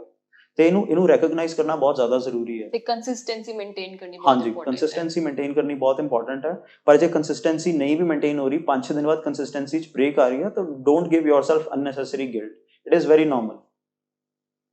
ਐਂਡ ਇਸ ਵਾਰੀ ਜੋ ਸਾਡੇ ਮੇਨਸ ਦੇ ਐਗਜ਼ਾਮੀਨੇਸ਼ਨ ਹੋਏ ਹੈ ਪੰਜਾਬ ਸਿਵਲ ਸਰਵਿਸ ਪ੍ਰੀਖਿਆ ਦੇ, ਜੀ ਮੈਮ। ਇਹਦੇ ਵਿੱਚ ਗੈਪ ਕਾਫੀ ਘੱਟ ਸੀਗਾ ਪ੍ਰੀਪਰੇਸ਼ਨ ਦੇ ਲਈ, ਸਪੈਸ਼ਲੀ ਮੈਮ। ਮੇਨਸ ਦੇ ਐਗਜ਼ਾਮੀਨੇਸ਼ਨ ਦੇ ਲਈ। ਤੇ ਤੁਸੀਂ ਉਸ ਗੈਪ ਦੇ ਵਿੱਚ ਸਾਰੀ ਪ੍ਰੀਪਰੇਸ਼ਨ ਆਪਣੀ ਕਿਵੇਂ ਕੀਤੀ, ਰਿਵੀਜ਼ਨ ਕਿਵੇਂ ਕੀਤੀ, ਕਿਵੇਂ ਹੈਂਡਲ ਕੀਤਾ ਸਭ? ਯੈਸ ਮੈਮ, ਬਹੁਤ ਜ਼ਿਆਦਾ ਅੱਛਾ ਸਵਾਲ ਤੁਸੀਂ ਪੁੱਛਿਆ। ਸਭ ਤੋਂ ਪਹਿਲੀ ਗੱਲ ਤਾਂ ਇਹ ਆ ਕਿ ਮੈਂ ਉਰੇ ਦੱਸਣਾ ਚਾਹੂੰਗਾ ਬਾਕੀ ਐਸਪੀਰੈਂਟਸ ਨੂੰ ਕਿ ਮੈਂ UPSC ਦੀ ਵੀ ਤਿਆਰੀ ਕਰ ਰਿਹਾ ਸੀ, ਅਤੇ ਮੈਂ ਡਿਸੰਬਰ ਜਨ ਵਿੱਚ UPSC ਦਾ ਮੇਨਸ ਦੇ ਕੇ ਆਇਆ ਸੀ। ਤਾਂ ਜਿਹੜੀ ਬਲਕ ਆਫ PCS ਦੀ ਸਿਲੇਬਸ ਤੁਸੀਂ ਦੇਖੋ ਤਾਂ 80% ਸਿਲੇਬਸ ਸੇਮ ਹੈ UPSC ਦੇ ਨਾਲ। ਸਿਰਫ stats, Punjab history, Punjab economy ਅਤੇ ਪੰਜਾਬ ਜੋਗ੍ਰਾਫੀ ਅਲੱਗ ਨੇ। ਉਸ ਤੋਂ ਬਿਨਾਂ ਸਾਰਾ ਸਿਲੇਬਸ ਲਾਰਜਲੀ ਸੇਮ ਹੈਗਾ। ਅਤੇ ਉਹਦੀ ਨੌਲੇਜ ਨੇ ਡੈਫੀਨੇਟਲੀ ਹੈਲਪ ਕੀਤਾ। ਉਸ ਤੋਂ ਬਾਅਦ ਵਿੱਚ ਮੈਂ ਕੀ ਕੀਤਾ, ਅਸੀਂ ਨਾ ਥੀਮਸ ਬਣਾ ਲਈਆਂ ਜੋ ਪਿਛਲੇ 1 ਸਾਲ ਥੀਮਸ ਨਿਊਜ਼ ਵਿੱਚ ਹੁੰਦੀਆਂ ਨੇ, ਕਿਉਂਕਿ ਸਾਰਾ ਸਿਲੇਬਸ ਰਿਵਾਈਜ਼ ਨਹੀਂ ਕੀਤਾ ਜਾ ਸਕਦਾ ਸੀ 28-29 ਡੇਜ਼ ਦੇ ਵਿੱਚ। ਅਤੇ I also as you know I got infected by Covid, so 8-9 ਦਿਨ ਉੱਥੇ ਵੀ ਲੂਜ਼ ਹੋ ਗਏ। ਤਾਂ ਉਸ ਤੋਂ ਬਾਅਦ ਵਿੱਚ I was effectively left with I think around 30-35 days. ਤਾਂ ਮੈਂ ਉੱਥੇ ਇਹ ਸੋਚਿਆ ਕਿ ਸਾਰਾ ਤਾਂ ਹੁਣ ਨਹੀਂ ਹੋ ਸਕਦਾ। ਜਿਵੇਂ ਇਕੋਨਮੀ ਦੀ ਨਾ ਪਿਛਲੇ 1 ਸਾਲ ਦੀਆਂ ਥੀਮ ਸੀਗੀਆਂ 25 ਤੋਂ 30 ਥੀਮਸ, ਜਿਵੇਂ ਬੈਂਕਸ ਦੀ ਕੰਸੋਲੀਡੇਸ਼ਨ ਹੋ ਰਹੀ ਸੀ, ਮਰਜਰ ਹੋ ਰਿਹਾ ਸੀ, ਮੈਂ ਉਹ ਥੀਮ ਪ੍ਰੀਪੇਅਰ ਕਰ ਲਈ। ਆਤਮ ਨਿਰਭਰ ਭਾਰਤ ਅਭਿਆਨ ਸੀ, ਉਹ ਥੀਮ ਪ੍ਰੀਪੇਅਰ ਕਰ ਲਈ। 4 ਲੇਬਰ ਕੋਡਸ ਨਿਊਜ਼ ਵਿੱਚ ਸੀਗੇ, ਉਹ ਪ੍ਰੀਪੇਅਰ ਕਰ ਲਏ। ਪਾਵਰ ਸੈਕਟਰ ਦੇ ਨਾਲ ਇਸ਼ੂਜ਼ ਸੀਗੇ, ਉਹਨਾਂ ਦੇ ਰਿਨਿਊਏਬਲ ਪਰਚੇਜ਼ ਓਬਲੀਗੇਸ਼ਨਸ ਨਿਊਜ਼ ਵਿੱਚ ਸੀਗੇ, ਉਹ ਪ੍ਰੀਪੇਅਰ ਕਰ ਲਏ। ਇੱਦਾਂ ਕਰਕੇ ਨਾ ਮੈਂ ਸਾਲ ਦੀਆਂ ਜਿਹੜੀ 25 to 30 ਜਿਹਨਾਂ ਨੂੰ ਕਹਿੰਦੇ ਆਪਾਂ ਹੌਟ ਥੀਮਸ, ਹਰ ਪੇਪਰ ਦੀਆਂ ਤਿਆਰ ਕਰ ਲਈਆਂ, GS 1, 2, 3, 4। ਅਤੇ ਜੇ ਤੁਸੀਂ ਦੇਖੋ PCS ਦਾ ਪੇਪਰ UPSC ਦਾ ਓਬਵੀਅਸਲੀ ਅਨਪ੍ਰੈਡਿਕਟੇਬਲ ਤਾਂ ਹੈ, ਪਰ UPSC ਦੇ ਕੰਪੈਰੀਜ਼ਨ 'ਚ ਥੋੜ੍ਹਾ ਜ਼ਿਆਦਾ ਪ੍ਰੈਡਿਕਟੇਬਲ ਹੈ, ਕਿਉਂਕਿ ਉਰੇ ਜੋ ਮੇਨ ਸਟਰੀਮ ਥੀਮਸ ਨੇ ਨਾ ਉਹ ਪੁੱਛ ਲੈਂਦੇ ਨੇ। ਜਿਵੇਂ ਤੁਸੀਂ ਦੇਖਿਆ ਹੋਣਾ ਕਿ ਪੈਂਡੇਮਿਕ ਦੇ ਕਾਰਨ ਗਲੋਬਲ ਇਕੋਨਮੀ 'ਤੇ ਇੰਪੈਕਟ ਬਹੁਤ ਜ਼ਿਆਦਾ ਪਿਆ, ਤਾਂ ਇਹ ਇੱਕ ਐਕਸਪੈਕਟਿਡ ਕੁਐਸਚਨ ਸੀ ਅਤੇ ਆ ਵੀ ਗਿਆ। ਠੀਕ ਹੈ, ਉਸ ਤੋਂ ਬਾਅਦ 4 ਲੇਬਰ ਕੋਡਸ ਐਕਸਪੈਕਟਿਡ ਕੁਐਸਚਨ ਸੀ ਅਤੇ ਆ ਵੀ ਗਿਆ। ਤਾਂ ਐਕਸਪੈਕਟਿਡ ਥੀਮਸ ਨਾ ਛੱਡ ਕੇ ਜਾਓ। PCS ਲਈ ਫੰਡਾ ਇਹੀ ਹੈ। UPSC ਲਈ ਓਬਵੀਅਸਲੀ ਥੋੜ੍ਹੀ ਜਿਹੀ ਜ਼ਿਆਦਾ ਮੋਡਿਕਮ ਆਫ ਅਨਪ੍ਰੈਡਿਕਟੇਬਿਲਿਟੀ ਰਹਿੰਦੀ ਹੈ, ਅਤੇ ਉਹਦੇ ਲਈ ਤੁਹਾਨੂੰ ਉਨਾ ਹੀ ਜ਼ਿਆਦਾ ਕੰਪਰੀਹੈਂਸਿਵਲੀ ਪ੍ਰੀਪੇਅਰ ਕਰਨਾ ਪੈਂਦਾ। ਪਰ ਦੈਨ ਅਗੇਨ ਉੱਥੇ ਟਾਈਮ ਵੀ ਤੁਹਾਡੇ ਕੋਲ ਜ਼ਿਆਦਾ ਹੁੰਦਾ ਹੈਗਾ। ਤੇ ਫਿਰ ਸਟੈਟਿਕ ਏਰੀਆਸ ਨੂੰ ਤੁਸੀਂ ਕਿਵੇਂ ਹੈਂਡਲ ਕੀਤਾ? ਇਹ ਤਾਂ ਆਪਾਂ ਕਰੰਟ ਅਫੇਅਰਸ ਦੀ ਗੱਲ ਕਰ ਲਈ। ਸਟੈਟਿਕ ਏਰੀਆਜ਼ ਦੇਖੋ, ਮਤਲਬ ਜਿਵੇਂ ਜਦ ਤੁਸੀਂ 3-4 ਸਾਲ ਤੋਂ ਪ੍ਰੈਪਰੇਸ਼ਨ ਕਰਦੇ ਹੋ UPSC ਦੀ, ਤਾਂ ਸਟੈਟਿਕ ਏਰੀਆਜ਼ ਜਿਵੇਂ history, polity, environment, art and culture, ਇਹ ਸਭ ਆਪਣੇ ਆਪ ਤਿਆਰ ਹੋ ਜਾਂਦੇ ਨੇ ਤੁਹਾਡੇ ਪ੍ਰੀਲਿਮਸ, ਮੇਨਸ ਉਹ ਸਾਈਕਲ ਦੇ ਵਿੱਚ। ਠੀਕ ਹੈ, ਤਾਂ ਇਹਨਾਂ ਨੂੰ ਜ਼ਿਆਦਾ ਉਹ ਕਰਨ ਦੀ ਲੋੜ ਨਹੀਂ ਹੈਗੀ। ਆਪਣੇ ਵਿੱਚ ਪ੍ਰੋਬਲਮ ਮੈਂ ਤੁਹਾਨੂੰ ਦੱਸਦਾ, ਸਾਰੇ ਐਸਪੀਰੈਂਟਸ 'ਚ ਇੰਕਲੂਡਿੰਗ ਮਾਈ ਸੈਲਫ, ਆਪਣੇ ਸਾਰਿਆਂ 'ਚ ਪ੍ਰੋਬਲਮ ਇਹ ਹੈਗੀ, ਆਪਾਂ ਨੂੰ ਲੱਗਦਾ ਕਿ ਆਪਾਂ ਪਹਿਲਾਂ ਪੜ੍ਹ ਲੈਂਦੇ ਹਾਂ ਫਿਰ ਆਨਸਰ ਰਾਈਟਿੰਗ ਕਰਦੇ ਹਾਂ। ਪਰ ਆਪਾਂ ਨੂੰ ਐਕਚੁਅਲੀ ਜਦ ਤੁਸੀਂ 2-3 ਸਾਲ ਪ੍ਰੈਪਰੇਸ਼ਨ 'ਤੇ ਲਗਾ ਚੁੱਕੇ ਹੋ ਨਾ, ਤੁਹਾਨੂੰ ਇਹ ਸਮਝਣਾ ਚਾਹੀਦਾ ਕਿ ਹੁਣ ਤੁਹਾਡੇ ਕੋਲ ਰੈਜ਼ੀਡੂਅਲ ਨੌਲੇਜ ਬਹੁਤ ਜ਼ਿਆਦਾ ਹੈਗੀ ਹੈ, ਤਾਂ ਤੁਸੀਂ ਉਸ ਰੈਜ਼ੀਡੂਅਲ ਨੌਲੇਜ ਦਾ ਡਿਵੀਡੈਂਡ ਰੀਪ ਕਰੋ। ਤਾਂ ਤੁਸੀਂ ਆਨਸਰਸ ਲਿਖੋ, ਪ੍ਰੈਕਟਿਸ ਕਰੋ, which is what I did. Actually I didn't write a lot answers, but what I did was, ਜਿਵੇਂ previous year solved question papers ਹੁੰਦੇ ਨੇ ਨਾ, ਹਿਸਟਰੀ ਆਪਸ਼ਨਲ ਦੇ ਵੀ ਅਤੇ ਹਿਸਟਰੀ ਉਹਦੇ ਵੀ ਕੀ ਕਹਿੰਦੇ ਹੁੰਦੇ ਆ GS ਪਾਰਟ ਦੇ ਵੀ, ਉਹ ਦੇਖ ਲਏ, ਉਹਦੇ ਨਾਲ ਸਾਰਾ ਰਿਕਾਲ ਹੋਣ ਲੱਗ ਗਿਆ, ਸਾਰਾ ਰਿਵਾਈਜ਼ ਹੋ ਗਿਆ। ਉਸ ਤੋਂ ਬਿਨਾਂ ਸਪੈਕਟਰਮ ਦੀ ਜਿਹੜੀ ਬੁੱਕ ਹੈ, ਉਹਦੇ ਐਂਡ ਵਿੱਚ ਜਿਵੇਂ ਸਮਰੀ ਦਿੱਤੀ ਹੁੰਦੀ ਹੈ, ਹਰ ਚੈਪਟਰ ਦੇ ਐਂਡ ਵਿੱਚ ਫੁੱਟ ਨੋਟਸ ਦਿੱਤੇ ਹੁੰਦੇ ਨੇ ਨਾ, ਜਿਹਦੀ ਸਮਰੀ ਹੁੰਦੀ ਹੈ, ਫੁੱਟ ਨੋਟਸ ਨਹੀਂ ਸੌਰੀ ਸਮਰੀ ਨੋਟਸ ਹੁੰਦੇ ਨੇ ਜੋ, ਅਤੇ ਉਹ ਮੈਂ ਦੇਖ ਲਏ ਇੱਕ ਵਾਰ, ਕੁਇਕ ਗਲਿੰਪਸ ਕਰ ਲਈ। ਕਿਉਂਕਿ ਮੇਨਸ ਲਈ ਤੁਹਾਨੂੰ ਸਿਰਫ ਕੀਵਰਡਸ ਯਾਦ ਰੱਖਣੇ ਹੁੰਦੇ ਨੇ, ਬਾਕੀ ਸਾਰਾ ਤੁਸੀਂ ਉੱਥੇ ਐਗਜ਼ਾਮ ਵਿੱਚ ਬੈਠ ਕੇ ਵੀ ਸੋਚ ਸਕਦੇ ਹੋ। ਅਤੇ ਇੱਦਾਂ ਮੈਂ ਸਟੈਟਿਕ ਦੀ ਤਿਆਰੀ ਕੀਤੀ। ਉਸ ਤੋਂ ਬਿਨਾਂ ਇਸ ਵਾਰ ਦਾ ਪੇਪਰ ਮੈਂ ਆਪਣੇ ਆਪ ਨੂੰ ਬਹੁਤ ਲੱਕੀ ਵੀ ਕੰਸੀਡਰ ਕਰਦਾ। ਦੋ ਕਾਰਨ ਨੇ ਉਹਦੇ, ਕਿਉਂਕਿ ਇਸ ਵਾਰ ਦਾ ਪੇਪਰ ਜਿਹੜਾ ਸੀ ਉਹ ਸਟੈਟਿਕ ਘੱਟ ਸੀਗਾ, ਡਾਇਨਾਮਿਕ ਬਹੁਤ ਜ਼ਿਆਦਾ ਸੀਗਾ। ਅਤੇ ਦੂਸਰੀ ਗੱਲ, ਮੇਰਾ ਪ੍ਰੀਲਿਮਸ ਇਸ ਵਾਰ ਸਿਰਫ 0.5 ਮਾਰਕਸ ਤੋਂ ਕਲੀਅਰ ਹੋਇਆ, ਅਤੇ ਸ਼ਾਇਦ ਜੇ ਮੇਰਾ ਪ੍ਰੀਲਿਮਸ ਨਾ ਕਲੀਅਰ ਹੋਇਆ ਹੁੰਦਾ ਤਾਂ ਮੈਂ ਉਰੇ ਤੁਹਾਡੇ ਸਾਹਮਣੇ ਨਾ ਬੈਠਿਆ ਹੁੰਦਾ। actually I am very humbled by the marks that I received in mains. ਇਹਦੇ ਵਿੱਚ ਕੋਈ ਡਾਊਟ ਨਹੀਂ ਹੈਗਾ, ਮਤਲਬ ਕਾਫੀ ਅੱਛੇ ਮਾਰਕਸ ਮਿਲੇ, 772 ਇਜ਼ ਅ ਗੁੱਡ ਸਕੋਰ। ਪਰ ਮੈਂ ਹੁਣ ਬੈਨੀਫਿਟ ਆਫ ਦਾ ਹਾਈਂਡਸਾਈਟ ਨਾਲ ਦੇਖਦਾ ਕਿ ਜੇ ਮੇਰੇ ਬਣਾਏ ਹੋਏ ਥੀਮਸ ਜੋ ਮੈਂ ਪ੍ਰਿਪੇਅਰ ਕਰਕੇ ਗਿਆ ਸੀਗਾ GS 1 ਜਿਵੇਂ ਮੈਂ ਇਕੋਨਮੀ ਦੇ 20 ਥੀਮਸ ਤਿਆਰ ਕਰ ਲਏ, ਸਿਕਿਉਰਿਟੀ ਦੇ 15 ਥੀਮਸ ਤਿਆਰ ਕਰ ਲਏ, ਐਨਵਾਇਰਨਮੈਂਟ ਦੇ 15-20 ਥੀਮਸ ਤਿਆਰ ਕਰ ਲਏ ਜੋ ਪਿਛਲੇ 1 ਸਾਲ ਦੇ ਨਿਊਜ਼ ਵਿੱਚ ਸੀਗੇ, ਤੇ ਜੇ ਉਹਨਾਂ ਵਿੱਚੋਂ ਪੇਪਰ ਨਾ ਆਇਆ ਹੁੰਦਾ ਤਾਂ ਸ਼ਾਇਦ ਇੱਦਾਂ ਵੀ ਹੁੰਦਾ, ਬਿਕੋਜ਼ ਅਨਪ੍ਰੈਡਿਕਟੇਬਿਲਿਟੀ ਪਾਰਟ ਹੈਗਾ ਇਸ ਪੂਰੀ ਪ੍ਰੋਸੈਸ ਦਾ। And yes, having said that, yes I do congratulate myself, ਕਿਉਂਕਿ ਮੈਨੂੰ ਲੱਗਦਾ ਕਿ ਮੇਰੀ ਆਨਸਰ ਰਾਈਟਿੰਗ ਸਕਿੱਲਸ ਕਿਤੇ ਨਾ ਕਿਤੇ ਬਹੁਤ ਜ਼ਿਆਦਾ ਸ਼ਾਰਪਨ ਹੋਈਆਂ ਨੇ ਓਵਰ ਦਾ ਲਾਸਟ 3-4 years, ਤੇ ਉਹਨਾਂ ਨੇ ਮੈਨੂੰ ਹੈਲਪ ਜ਼ਰੂਰ ਕੀਤੀ ਹੈ ਇਸ ਪ੍ਰੋਸੈਸ ਵਿੱਚ। ਆਨਸਰ ਰਾਈਟਿੰਗ ਸਕਿੱਲਸ ਦੀ ਗੱਲ ਕਰੀਏ ਤਾਂ 3 ਆਵਰਸ ਦੇ ਵਿੱਚ ਪੇਪਰ ਕੰਪਲੀਟ ਕਰਨਾ ਉਹ ਆਪਣੇ ਆਪ ਦੇ ਵਿੱਚ ਹੀ ਬਹੁਤ ਔਖਾ ਕੰਮ ਰਹਿੰਦਾ ਹੈ, ਜੀ ਤੇ ਮੈਮ। ਤੁਸੀਂ ਉਹ ਕਿਵੇਂ ਹੈਂਡਲ ਕੀਤਾ ਐਗਜ਼ਾਮ ਪ੍ਰੈਸ਼ਰ ਦੇ ਵਿੱਚ? ਓਕੇ ਮੈਮ, ਮੈਂ ਤੁਹਾਨੂੰ ਸਭ ਤੋਂ ਪਹਿਲਾਂ ਇਹੀ ਸਮਝਾਉਣਾ ਚਾਹੁੰਦਾ ਕਿ ਮੇਰੇ ਨਾਲ ਵੀ ਇਹ ਹੋਇਆ। ਮੇਰਾ PCS ਦਾ ਜਿਹੜਾ ਪਹਿਲਾ ਅਟੈਂਪਟ ਸੀਗਾ ਉਹਦੇ ਵਿੱਚ ਮੈਂ ਹਰ ਪੇਪਰ 'ਚ 2 ਤੋਂ 3 ਆਨਸਰ ਛੱਡ ਕੇ ਆਇਆ, ਅਤੇ ਇਹਦੇ ਕਾਰਨ ਮੈਨੂੰ ਇੰਟਰਵਿਊ ਕਾਲ ਨਹੀਂ ਆਈ। UPSC ਵਿੱਚ ਵੀ ਮੇਰੇ ਪਿਛਲੇ 2 ਮੇਨਸ ਵਿੱਚ ਮੈਂ ਪੇਪਰ ਨਹੀਂ ਪੂਰੇ ਕਰ ਪਾਇਆ ਤਾਂ ਮੈਨੂੰ ਇੰਟਰਵਿਊ ਕਾਲ ਨਹੀਂ ਆਈ। ਇਸ ਵਾਰ ਮੈਂ PCS ਵੇਲੇ ਸੋਚਿਆ ਸੀਗਾ ਕਿ ਆਪਣੇ ਨਾਲ ਇੱਕ ਪ੍ਰੋਬਲਮ ਹੁੰਦੀ ਹੈ, ਜਦ ਆਪਾਂ ਇੱਕ ਕੁਐਸਚਨ ਦੇਖ ਲੈਂਦੇ ਹਾਂ ਨਾ ਜੋ ਆਪਾਂ ਨੂੰ ਆਉਂਦਾ ਹੈਗਾ, ਤਾਂ ਵੀ ਸੌਰਟ ਆਫ ਗੈਟ ਇਮੋਸ਼ਨਲ ਕਿ ਹੁਣ ਜਿੰਨੀ ਵੀ ਇਨਫੋਰਮੇਸ਼ਨ ਹੈਗੀ ਆਪਾਂ ਸਾਰੀ ਇਹਦੇ ਵਿੱਚ ਪਾ ਦੇਣੀ ਹੈ, ਤੇ ਆਪਾਂ ਉਸ ਚੱਕਰ 'ਚ ਨਾ ਕੁਐਸਚਨ ਦੀ ਕੰਟੈਕਸਚੁਅਲ ਰੈਲੇਵੈਂਸ ਭੁੱਲ ਜਾਂਦੇ ਹਾਂ ਕਿ ਜੋ ਪੁੱਛਿਆ ਸਿਰਫ ਉਹੀ ਲਿਖਣਾ ਹੈਗਾ। ਤੇ ਜੇ ਤੁਸੀਂ ਇੱਕ ਕੁਐਸਚਨ ਤੇ ਔਨ ਐਨ ਐਵਰੇਜ 1-1.5 ਮਿੰਟ ਵੀ ਐਕਸਟਰਾ ਲਗਾ ਰਹੇ ਹੋ ਤਾਂ over a period of 20 questions ਤੁਸੀਂ 20 ਮਿੰਟਸ ਐਕਸਟਰਾ ਲਗਾ ਰਹੇ ਹੋ, ਤੇ ਉਹ 20 ਮਿੰਟਸ ਤੁਹਾਨੂੰ 2 ਕੁਐਸਚਨਸ ਲੂਜ਼ ਕਾਸਟ ਕਰਨਗੇ ਐਂਡ ਵਿੱਚ, ਤੇ ਉਹ 1-1.5 ਮਿੰਟ ਐਕਸਟਰਾ ਲਗਾ ਕੇ ਤੁਹਾਨੂੰ ਸ਼ਾਇਦ ਅੱਧਾ ਮਾਰਕਸ ਬਾਕੀਆਂ ਨਾਲੋਂ ਜ਼ਿਆਦਾ ਮਿਲੇ, ਪਰ ਪੂਰੀ ਪ੍ਰੋਸੈਸ ਤੁਸੀਂ 15 ਜਾਂ 20 ਮਾਰਕਸ ਖੋ ਰਹੇ ਹੋ। ਤਾਂ ਇਹ ਇੱਕ ਚੀਜ਼ ਸੀ ਜੋ ਇਸ ਵਾਰ ਮੈਂ ਰੈਕਗਨਾਈਜ਼ ਕੀਤੀ। ਮੈਂ ਬਹੁਤ ਜ਼ਿਆਦਾ ਵਧੀਆ ਆਨਸਰਸ ਲਿਖਣ ਦੀ ਕੋਸ਼ਿਸ਼ ਨਹੀਂ ਕੀਤੀ, ਸਲਾਈਟਲੀ ਅਬਵ ਐਵਰੇਜ ਆਨਸਰਸ, ਪਰ with due focus on completing the paper. ਮੈਂ ਉੱਥੇ ਜ਼ਿਆਦਾ ਧਿਆਨ ਦਿੱਤਾ। Paper completion is the key. Yes, paper completion is the key. ਤੇ ਕੁਆਲਿਟੀ ਬਾਰੇ ਸ਼ੁਰੂ ਵਿੱਚ ਨਾ ਸੋਚੋ, ਕਿਉਂਕਿ ਜਿਵੇਂ ਜਿਵੇਂ ਤੁਸੀਂ ਬਾਏ ਐਂਡ ਬਾਏ ਪ੍ਰਿਪੇਅਰ ਕਰਦੇ ਹੋ ਕੁਆਲਿਟੀ ਆਪਣੇ ਆਪ ਆਨਸਰਸ ਵਿੱਚ ਆ ਜਾਂਦੀ ਹੈ। ਤੁਹਾਨੂੰ ਕੀ ਲੱਗਦਾ ਹੈ ਕਿ ਅਗਰ ਤੁਸੀਂ ਇੱਕ ਅੱਛੇ ਕਾਲਜ ਤੋਂ ਬਿਲੋਂਗ ਕਰਦੇ ਹੋ ਤਾਂ ਹੀ ਸਿਰਫ ਤੁਸੀਂ ਇੱਕ ਇਸ ਸਿਵਲ ਸਰਵਿਸ ਪ੍ਰੀਖਿਆ ਦੀ ਤਿਆਰੀ ਕਰਨ ਦੇ ਬਾਰੇ ਸੋਚ ਸਕਦੇ ਹੋ? ਨਹੀਂ ਮੈਮ, ਮੈਂ ਤੁਹਾਨੂੰ ਐਗਜ਼ਾਮਪਲ ਦੇਣਾ ਚਾਹੂੰਗਾ। ਜਿਹੜੇ ਆਪਣੇ ਰੈਂਕ 1 ਨੇ, ਮਿਸ ਉਪਿੰਦਰਜੀਤ ਕੌਰ ਬਰਾੜ, ਉਹ ਕਿਸੇ IIT ਤੋਂ ਨਹੀਂ ਹੈਗੇ, ਉਹ ਕਿਸੇ IIM ਤੋਂ ਨਹੀਂ ਹੈਗੇ, ਉਹ ਥਾਪਰ ਤੋਂ ਜਾਂ ਪੈਕ ਤੋਂ ਨਹੀਂ ਪੜ੍ਹੇ ਹੋਏ, ਉਹ ਕਿਸੇ NIT ਤੋਂ ਨਹੀਂ ਪੜ੍ਹੇ ਹੋਏ, ਪਰ ਉਹਨਾਂ ਨੇ ਤਾਂ ਵੀ ਆਲ ਇੰਡੀਆ ਪੰਜਾਬ ਰੈਂਕ 1 ਲਿਆਂਦਾ PCS ਵਿੱਚ। ਤਾਂ ਇਹ ਇੱਕ ਬਹੁਤ ਬੜਾ ਮਿਥ ਹੈਗਾ। ਮੈਂ ਇਹ ਨਹੀਂ ਕਹਿ ਰਿਹਾ ਕਿ ਮੈਨੂੰ ਥਾਪਰ ਨੇ ਹੈਲਪ ਨਹੀਂ ਕੀਤਾ। Obviously the quality of exposure, ਜਿਵੇਂ ਮੈਂ ਤੁਹਾਨੂੰ ਦੱਸਿਆ, ਮਾਈ NGO days at Thapar, Liberal atmosphere ਜਿਹੜਾ ਉੱਥੇ ਸੀ, ਤੇ ਐਕਸਟ੍ਰੀਮਲੀ ਕੰਪੈਟੀਟਿਵ ਸਟੂਡੈਂਟਸ, ਉਹ ਤੁਹਾਨੂੰ ਗ੍ਰਿਲ ਡੈਫੀਨੇਟਲੀ ਕਰਦੇ ਨੇ, ਪਰ ਇਹਦਾ ਮਤਲਬ ਇਹ ਨਹੀਂ ਹੈਗਾ ਕਿ ਉਹ ਤੁਹਾਨੂੰ ਇੱਕ ਡਿਸਾਈਸਿਵ ਐਜ ਦੇ ਦਿੰਦੇ ਨੇ, ਕਿਉਂਕਿ ਜੇ ਡਿਸਾਈਸਿਵ ਐਜ ਹੀ ਦੇਣਾ ਹੁੰਦਾ ਤਾਂ ਸਾਰੇ IITians ਜਾਂ IIM ਸਟੂਡੈਂਟਸ ਹੀ ਸਿਵਲ ਸਰਵਿਸਿਜ਼ ਵਿੱਚ ਟੌਪ ਕਰ ਰਹੇ ਹੁੰਦੇ। ਮਤਲਬ ਮੇਰਾ ਇੱਕ ਗੱਲ ਮੰਨੀ ਆ ਕਿ 2 ਤਰ੍ਹਾਂ ਦੇ ਇੰਪਰੂਵਮੈਂਟਸ ਹੁੰਦੀਆਂ ਨੇ। ਇੱਕ ਹੁੰਦੀ ਆ ਰੈਡੀਕਲ ਇੰਪਰੂਵਮੈਂਟ, ਜਿਹਨੂੰ ਮੈਂ ਕਹਿੰਦਾ ਹੈਗਾ hop and jump improvement curve. ਇੱਕ ਹੁੰਦੀ ਆ ਸਟੱਡੀ ਇੰਪਰੂਵਮੈਂਟ, ਜਿਹੜੇ ਸਮਾਲ ਸਟੈਪਸ ਵਿੱਚ ਹੁੰਦੀ ਆ। ਇਫ ਯੂ ਬਿਲੀਵ ਇਨ ਕੀ ਕਹਿੰਦੇ ਹੁੰਦੇ ਆ, study improvement, incremental change, yes. ਤੇ ਆਈ ਵੁੱਡ ਸੁਜੈਸਟ ਕਿ ਇੱਕ ਬਹੁਤ ਇੰਪੋਰਟੈਂਟ ਟੈਡ ਟਾਕ ਆ, ਸਾਰੇ ਐਸਪੀਰੈਂਟਸ ਨੂੰ ਮੈਂ ਕਹੂੰਗਾ, ਸਟੀਵਨ ਡੂਏਨੀਅਰ ਦੀ, ਪਲੀਜ਼ ਜ਼ਰੂਰ ਦੇਖਿਓ। I will ask them to share the link in the description। ਤੇ that inspired me a lot। ਮਤਲਬ ਮੈਂ ਜਦ ਵੀ ਡਾਊਨ ਐਂਡ ਆਊਟ ਹੁੰਦਾ ਮੈਂ ਉਹ ਵਾਲੀ ਟੈਡ ਟਾਕ ਦੇਖ ਲੈਂਦਾ, ਕਿਉਂਕਿ ਉਹ ਬੇਸਿਕਲੀ ਉਹ ਇੱਕ ਇਨਵੈਸਟਮੈਂਟ ਬੈਂਕਰ ਸੀਗੇ। ਉੱਥੋਂ ਉਹਨਾਂ ਨੇ ਉਹ ਸਭ ਹਰ ਹੈਬਿਟ ਤੇ ਬਿਲਡਅਪ ਕੀਤਾ, ਤੇ ਮੈਨੂੰ ਲੱਗਦਾ ਐਸਪੀਰੈਂਟ ਵੀ ਉੱਦਾਂ ਹੀ ਆ, ਆਪਾਂ ਕਰ ਸਕਦੇ ਹਾਂ। ਮੋਟੀਵੇਸ਼ਨ ਨੂੰ ਬਣਾਏ ਰੱਖਣਾ ਇਜ਼ ਇੰਪੋਰਟੈਂਟ। ਮੋਟੀਵੇਸ਼ਨ ਨੂੰ ਬਣਾਏ ਰੱਖਣਾ ਇੰਪੋਰਟੈਂਟ ਆ। ਤੇ ਬਹੁਤ ਲੋਕ ਇਹ ਕਹਿੰਦੇ ਨੇ, ਇੱਕ ਇਹ ਵੀ ਮਿਥ ਹੈਗਾ ਕਿ ਮੋਟੀਵੇਸ਼ਨ ਜਿਹੜੀ ਆ ਉਹ ਕਦੇ ਡਾਈ ਨਹੀਂ ਕਰਦੀ, ਜਾਂ ਇੰਸਪੀਰੇਸ਼ਨ ਜਿਹੜੀ ਹੁੰਦੀ ਆ ਉਹ ਫਾਇਰ ਇਨਸਾਈਡ ਹੁੰਦੀ ਆ। ਇਹ ਸਭ ਗੱਲਾਂ ਬੇਕਾਰ ਨੇ। ਜਿਹੜੀ ਮੋਟੀਵੇਸ਼ਨ ਆ ਉਹ ਇੱਕ ਬੈਟਰੀ ਦੀ ਤਰ੍ਹਾਂ ਹੈਗੀ ਆ। ਜਿਵੇਂ ਆਪਾਂ ਫੋਨ ਦੀ ਬੈਟਰੀ ਚਾਰਜ ਕਰਦੇ ਹਾਂ, ਕੁਝ ਟਾਈਮ ਬਾਅਦ ਡਿਪਲੀਟ ਕਰ ਜਾਂਦੀ ਆ, ਉਸੇ ਤਰ੍ਹਾਂ ਮੋਟੀਵੇਸ਼ਨ ਆ, ਕੁਝ ਟਾਈਮ ਬਾਅਦ ਮੋਟੀਵੇਸ਼ਨ ਵੀ ਡਿਪਲੀਟ ਕਰਦੀ ਆ। ਤੇ ਤੁਹਾਨੂੰ ਇਸ ਕੇਸ ਦੇ ਵਿੱਚ ਤੁਹਾਡੇ ਫੈਮਿਲੀ, ਤੁਹਾਡੇ ਫਰੈਂਡਸ, ਉਹ ਸਭ ਲੋਕ ਸਪੋਰਟ ਕਰਦੇ ਨੇ, ਮੋਟੀਵੇਟ ਕਰਦੇ ਨੇ। ਤੁਸੀਂ ਆਪ ਆਪਣੇ ਆਪ ਨੂੰ ਪੁਸ਼ ਕਰਦੇ ਹੋ, ਫਿਰ ਤੁਸੀਂ ਰਿਅਲਾਈਜ਼ ਕਰਦੇ ਹੋ ਕਿ ਯੈਸ, ਮੋਟੀਵੇਸ਼ਨ ਡੈਫਿਸਿਟ ਆ ਜਾਂਦੀ ਹੈ, ਤੇ ਇਹ ਤੋਂ ਘਬਰਾਉਣਾ ਨਹੀਂ ਹੈਗਾ ਬਿਲਕੁਲ ਵੀ। ਇਟ ਇਜ਼ ਕਾਮਨ ਥਿੰਗ, ਮਤਲਬ ਮੇਰਾ ਇਹ ਕਹਿਣਾ ਹੈ। So Sachin, what were your resources while you were preparing for this? That ਸਾਨੂੰ ਸਾਰਿਆਂ ਨੂੰ ਪਤਾ ਤਾਂ ਹੁੰਦਾ ਕਿ ਅਸੀਂ ਇਹ ਬੁੱਕਸ ਪੜ੍ਹਨੀ ਹੈ ਤੇ ਇਹ ਵਾਲੇ ਸੋਰਸ ਫੋਲੋ ਕਰਨੇ ਹੈ, ਬਟ ਤੁਸੀਂ ਉਹਨੂੰ ਇੱਕ ਤਰੀਕੇ ਨਾਲ ਆਪਣਾ ਸੌਰਟ ਆਊਟ ਕਿਵੇਂ ਕੀਤਾ ਉਸ ਚੀਜ਼ ਨੂੰ? ਮੈਮ, ਤੁਸੀਂ ਬਹੁਤ ਜ਼ਿਆਦਾ ਇੱਕ ਅੱਛਾ ਕੁਐਸਚਨ ਪੁੱਛਿਆ, ਕਿਉਂਕਿ ਇਹ ਇੱਕ ਇਹੋ ਜਿਹਾ ਐਗਜ਼ਾਮ ਹੈ ਜਿਹਦੇ ਵਿੱਚ ਡੈਫਿਸਿਟ ਆਫ ਰਿਸੋਰਸਿਸ ਪ੍ਰੋਬਲਮ ਨਹੀਂ ਹੈਗੀ, ਐਕਸੈਸ ਆਫ ਰਿਸੋਰਸਿਸ ਪ੍ਰੋਬਲਮ ਹੈਗੀ।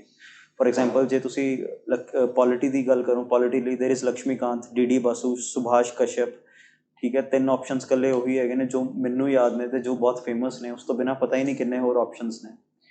ਅਤੇ ਇਹ ਸਭ ਚੀਜ਼ਾਂ ਐਸਪੀਰੈਂਟਸ ਨੂੰ ਓਪਨ ਕਨਫਿਊਜ਼ ਕਰ ਦਿੰਦੀਆਂ ਨੇ। ਮੈਂ ਉਰੇ ਇੱਕ ਗੱਲ ਬਹੁਤ ਜ਼ਿਆਦਾ ਫਰੈਂਕਲੀ ਕਹਿਣਾ ਚਾਹੂੰਗਾ, please avoid bulky books during your preparation.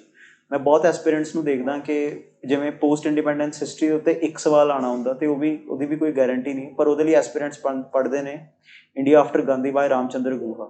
ਦੇਰ ਇਜ਼ ਨੋ ਡਾਊਟ ਕਿ it is a very good book ਅਤੇ it gives you very good insights. ਪਰ ਗੱਲ ਇਹ ਹੈਗੀ ਆ ਕਿ ਤੁਸੀਂ ਇੰਨੇ ਘੱਟ ਟਾਈਮ ਦੇ ਵਿੱਚ ਇੰਨੀ ਬਲਕੀ ਬੁੱਕ ਪੜ੍ਹ ਕੇ ਉਹਨੂੰ ਸਮਰਾਈਜ਼ ਨਹੀਂ ਕਰ ਸਕਦੇ। For example for post independence I used Sneha Bansal ਤੇ ਸਨੇਹਿਲ ਤ੍ਰਿਪਾਠੀ ਦੀ ਇੱਕ ਪਤਲੀ ਜਿਹੀ ਬੁੱਕ ਆਉਂਦੀ ਹੈ TMH the, that is more than enough. ਉਸੇ ਤਰ੍ਹਾਂ ਪੋਲਿਟੀ ਲਈ ਬਹੁਤ ਬੱਚੇ ਕਹਿੰਦੇ ਨੇ ਕਿ ਯਾਰ ਲਕਸ਼ਮੀਕਾਂਤ ਕਾਫੀ ਨਹੀਂ ਹੈਗੀ, ਮੇਨਸ ਦੇ ਲਈ ਕੁਛ ਹੋਰ ਪੜ੍ਹ ਲੈਂਦੇ ਹਾਂ, ਮੇਨਸ ਲਈ ਡੀ ਬਾਸੂ ਪੜ੍ਹਦੇ ਹਾਂ, ਸੁਭਾਸ਼ ਕਸ਼ਯਪ ਪੜ੍ਹਦੇ ਹਾਂ। ਪਹਿਲੀ ਗੱਲ ਤਾਂ ਇਹ ਹੈ ਕਿ ਤੁਹਾਡੇ ਕੋਲ ਟਾਈਮ ਇੰਨਾ ਲਿਮਿਟਿਡ ਹੁੰਦਾ ਹੈਗਾ, ਪ੍ਰੀ ਤੋਂ ਬਾਅਦ ਮੇਨਸ ਆ ਜਾਂਦਾ, ਮੇਨਸ ਤੋਂ ਬਾਅਦ ਇੰਟਰਵਿਊ ਆਉਂਦਾ, ਕਿ you will not have time to consolidate what you have read. ਜੇ ਤੁਸੀਂ ਉਹ ਪੜ੍ਹ ਵੀ ਲਿਆ, ਜੇ ਉਹਨੂੰ ਕੰਸੋਲੀਡੇਟ ਨਹੀਂ ਕੀਤਾ, it is as good as nothing. ਤਾਂ ਲਿਮਿਟਿਡ ਰਿਸੋਰਸਿਸ ਹੋਣੇ ਬਹੁਤ ਜ਼ਰੂਰੀ ਨੇ। ਮੈਂ ਇੰਸਟੀਟਿਊਟ ਦੇ ਨਾਲ ਆਪਣੀ ਰਿਸੋਰਸ ਲਿਸਟ ਸ਼ੇਅਰ ਕਰ ਦੂੰਗਾ ਅਤੇ they will put it in the description link below. ਉਸ ਤੋਂ ਇਲਾਵਾ ਕੁਛ ਬਲਕੀ ਬੁੱਕਸ ਨੇ ਜੋ ਤੁਸੀਂ ਅਵੋਇਡ ਕਰੋ ਤਾਂ ਹੀ ਵਧੀਆ ਹੈਗਾ। ਜਿਵੇਂ ਮੈਂ ਬਹੁਤ ਕੈਂਡੀਡੇਟਸ ਦੇਖਿਆ ਕਿ ਉਹ ਫੋਰਨ ਪੋਲਿਸੀ ਦੇ ਲਈ David melon the does the elephant dance ਪੜ੍ਹਦੇ ਨੇ। ਮੈਂ ਵੀ 1-2 ਚੈਪਟਰਸ ਉਹਦੇ ਪੜ੍ਹੇ ਨੇ, ਪਰ ਫਰੈਂਕਲੀ ਮੈਂ ਤੁਹਾਨੂੰ ਕਹਿਣਾ ਚਾਹੁੰਦਾ ਆਪਾਂ ਸਕੋਲਰ ਨਹੀਂ ਬਣਨਾ, ਆਪਾਂ ਆਫਿਸਰ ਬਣਨਾ ਹੈਗਾ। ਅਤੇ ਉਹਦੇ ਲਈ ਜੇ ਆਪਾਂ ਲਿਮਿਟਿਡ ਰਿਸੋਰਸਿਸ ਅਤੇ ਮੈਕਸੀਮਮ ਰਿਵੀਜ਼ਨ ਵਾਲੇ ਫਾਰਮੂਲਾ 'ਤੇ ਸਟਿਕ ਕਰਾਂਗੇ, ਉਹ ਆਪਣੇ ਲਈ ਜ਼ਿਆਦਾ ਬੈਟਰ ਹੋਊਗਾ। Revision is very important, right? So how do we prepare for the current affairs? ਅਸੀਂ ਕਰੰਟ ਅਫੇਅਰਸ ਦੀ ਤਿਆਰੀ ਕਿੱਦਾਂ ਕਰ ਸਕਦੇ? ਇੰਨੇ ਸਾਰੇ ਸੋਰਸਿਸ ਹੁੰਦੇ ਆ, ਇੰਨੇ ਸਾਰੇ ਕਰੰਟ ਅਫੇਅਰਸ ਹੁੰਦੇ ਆ, ਤੇ ਬੱਚੇ ਇੱਕ ਤਰੀਕੇ ਨਾਲ ਸਾਡੇ ਮਨ ਵਿੱਚ ਡਰ ਹੁੰਦਾ ਉਸ ਚੀਜ਼ ਨੂੰ ਲੈ ਕੇ। ਮੈਮ ਇਹ ਕਰੰਟ ਅਫੇਅਰਸ ਕਹਿੰਦੇ ਨੇ ਨਾ ਕਿ ਕਰੰਟ ਅਫੇਅਰਸ ਤੇ UPSC ਐਸਪੀਰੈਂਟਸ ਦਾ ਜਿੰਨਾ ਪਿਆਰ ਹੈ ਉਨੀ ਮੁਹੱਬਤ ਉਨੀ ਹੇਟਰਡ ਹੈ। ਤੇ ਇਹ ਜੈਨੂਇਨਲੀ ਇਹ ਟਰੂ ਗੱਲ ਹੈਗੀ ਹੈ, ਕਿਉਂਕਿ ਬਹੁਤ ਜ਼ਿਆਦਾ ਐਕਸੈਸ ਰਿਸੋਰਸਿਸ ਨੇ ਅਤੇ ਪੇਪਰ ਦੀ ਹੁਣ ਨੇਚਰ ਬਹੁਤ ਜ਼ਿਆਦਾ ਡਾਇਨਾਮਿਕ ਹੋ ਚੁੱਕੀ ਹੈ। ਤਾਂ ਚਾਹੇ ਉਹ UPSC ਹੋਵੇ, ਚਾਹੇ PCS ਹੋਵੇ, ਮੈਂ ਤੁਹਾਨੂੰ ਸੁਜੈਸਟ ਕਰੂੰਗਾ, ਬੱਚੇ ਮੈਂ ਦੇਖੇ ਯੂਜੂਅਲੀ ਜਾਂ ਤਾਂ ਬਹੁਤ ਜ਼ਿਆਦਾ ਐਕਸੈਸ ਆਫ ਉਹ ਕਰ ਲੈਂਦੇ ਨੇ ਜਾਂ ਕੁਝ ਕਰਦੇ ਹੀ ਨਹੀਂ, ਸਿਰਫ ਸਾਲ ਦੇ ਐਂਡ ਵਾਲੀ ਕੰਪਾਈਲੇਸ਼ਨਸ 'ਤੇ ਰਿਲਾਈ ਕਰਦੇ ਨੇ। ਦੋਨੋਂ ਚੀਜ਼ਾਂ ਬਹੁਤ ਜ਼ਿਆਦਾ ਗਲਤ ਨੇ ਮੇਰੇ ਮੁਤਾਬਿਕ। ਜਿਵੇਂ ਨਿਊਜ਼ਪੇਪਰ ਹੈਗਾ, ਸਾਰੇ ਲੋਕ ਕਹਿੰਦੇ ਨੇ ਕਿ ਨਿਊਜ਼ਪੇਪਰ ਰਿਲੀਜੀਅਸਲੀ ਪੜ੍ਹੋ। I would like to admit here ਕਿ ਮੈਂ ਰਿਲੀਜੀਅਸਲੀ ਨਿਊਜ਼ਪੇਪਰ ਨਹੀਂ ਪੜ੍ਹਿਆ। ਮੈਂ ਬਹੁਤ ਜ਼ਿਆਦਾ ਕੋਸ਼ਿਸ਼ ਕੀਤੀ ਕਿ ਮੈਂ ਫੋਲੋ ਕਰ ਸਕਾਂ, ਪਰ ਹਰ 5-6 ਦਿਨ ਬਾਅਦ 3-4 ਦਿਨ ਦਾ ਗੈਪ ਆ ਜਾਂਦਾ ਸੀ।